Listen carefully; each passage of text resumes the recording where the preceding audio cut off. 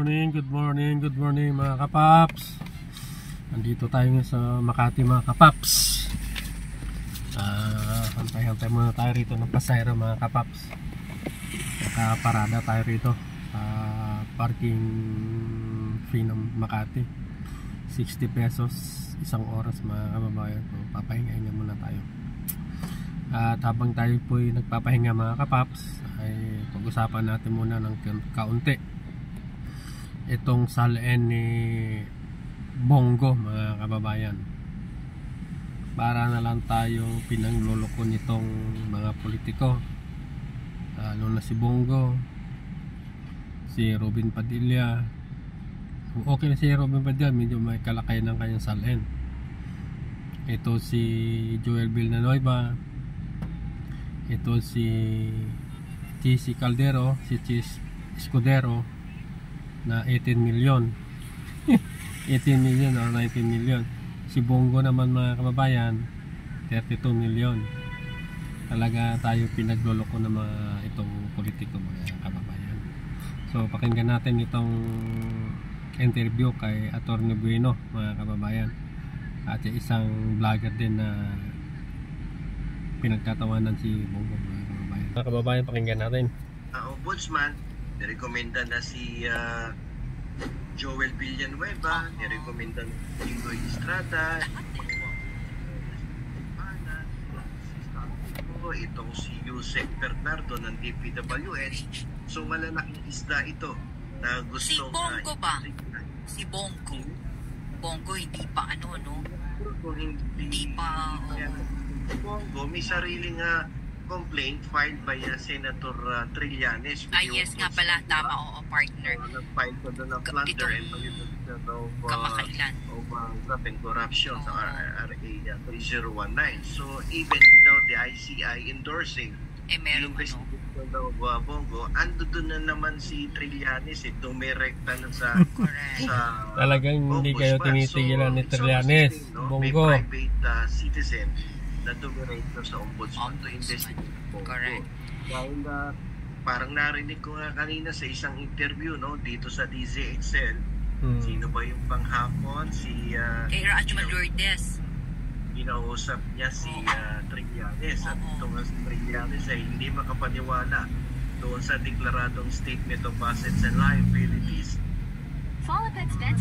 Square meters na lupa dyan sa Ayala, Alabang. At merong 4-story na bahay.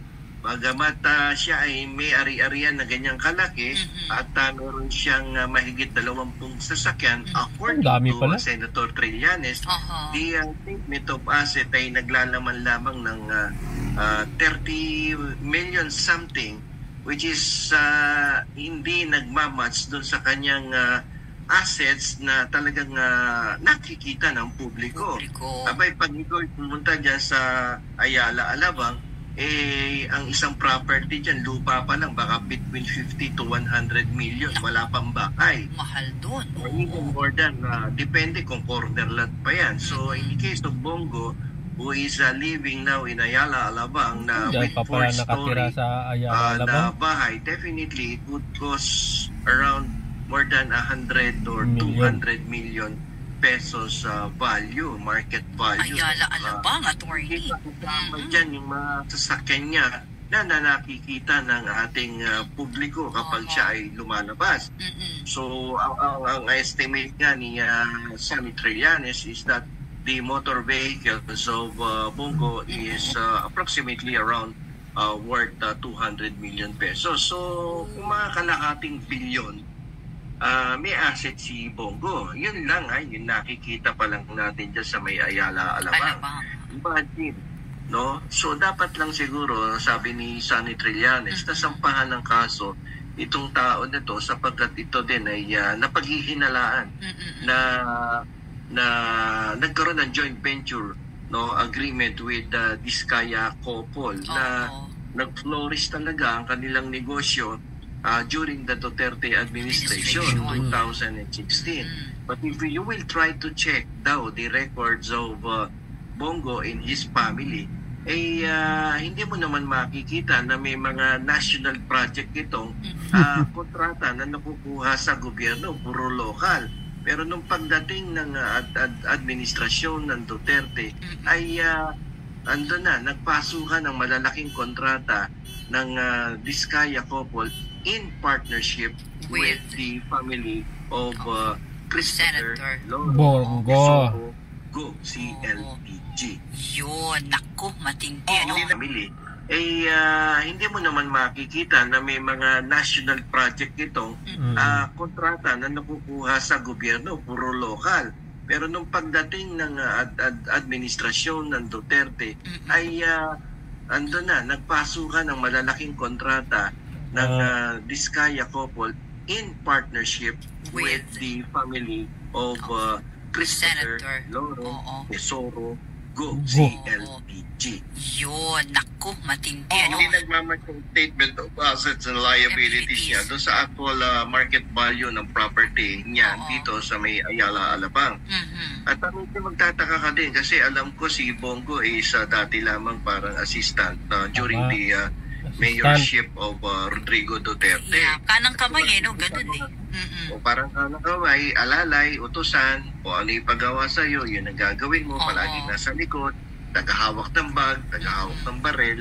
Yan yung trabaho talaga ng alalay ni Duterte nung araw. Pero nung ito ay naging special assistant, unti-unti nakapasok ang pamilya bigla sa mga negosyong may kinalaman sa infrastructure, at kung ano-ano pang proyekto sa gobyerno. Bayan, na inyo po narinig na si Senator Bongo, tayo ay ginagawa lang, nilolokol na lang nila ang taong bayan.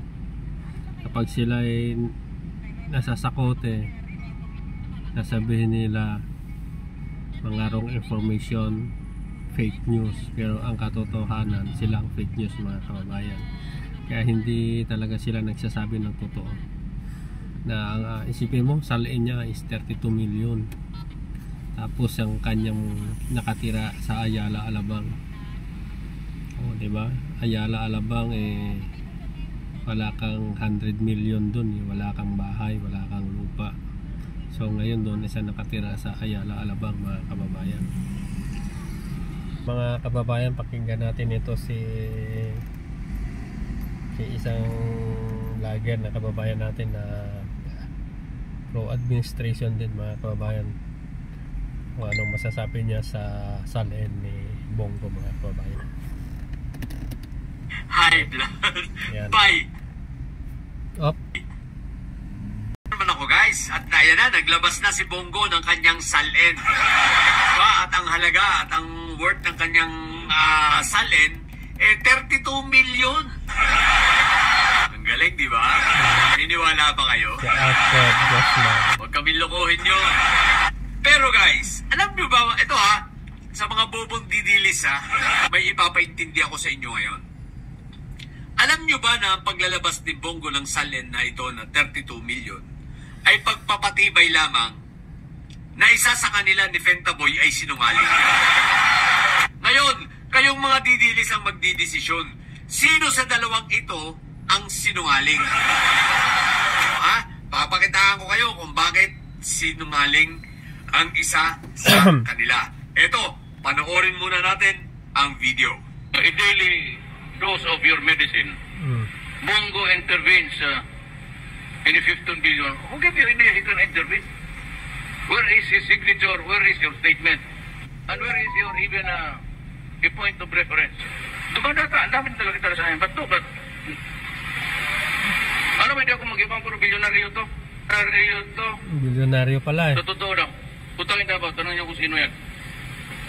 Ito mga ganito. Ayan. Ang sabi ni Fentaboy, maliwanag seryoso yun.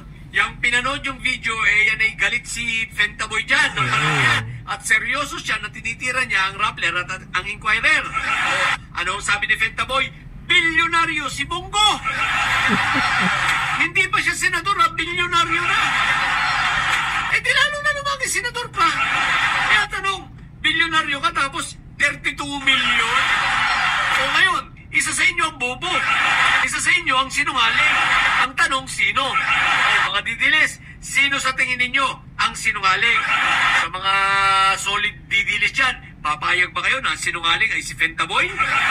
O papayag ba kayo sa mga supporter ni Bongo na si Bongo ang sinungaling? O si Buanggo ang sinungaling? Sino ang buang at may sayad sa dalawa? Ang tingin ko parehas. So mga kababayan, yon no, talagang niloloko na lang tayo ng mga politikong ito, lalo na itong mga politikong kakampi ni PPRD, mga kababayan. Wala na silang ginawa kundi pinangloloko na ang taong bayan, tapos marami pa rin ang naniwala sa kanila. Mga kababayan, gising-gising na po mga kababayan. Nakita nyo naman na kanilang mga pinanggagawa, sila ay napakasinungaling. Sila ay hindi talaga matapat sa bayan natin. Ang gusto lang nila ay kumita at kumamkam ng pera ng taong bayan, mga kababayan. Kaya kung ako sa inyo mga kababayan, isip-isip na kayo, gising-gising na, wag na kayo magsuporta sa mga Duterte yan. Yan ay si number 1 sinungaling, number 1 mga magnanakaw din, mga kababayan. Kaya kababayan namin dyan sa ibang bansa, isip-isip na kayo, Luzon, Visayas at Mindanao. At maraming salamat po sa inyo mga kababayan sa inyong patuloy na panonood sa ating munting vlog. Ingat po kayo. Ngayon medyo maulan dito sa Metro Manila at lalo na po dyan sa Visayas. Ingat po kayo dahil doon ang kalakasan ng bagyo, signal number 4 sa Iloilo, buong Eastern Visayas at buong Eastern Visayas, mga kababayan. Ingat po kayo at maging sa Mindanao, ingat din po kayo dahil sa malakas ang bagyo ngayon, bagyong Tino. At kahit dito sa Metro Manila, kahit buntot lang pero malakas ang ulan. That's all. Please like and share sa ating and share. Maraming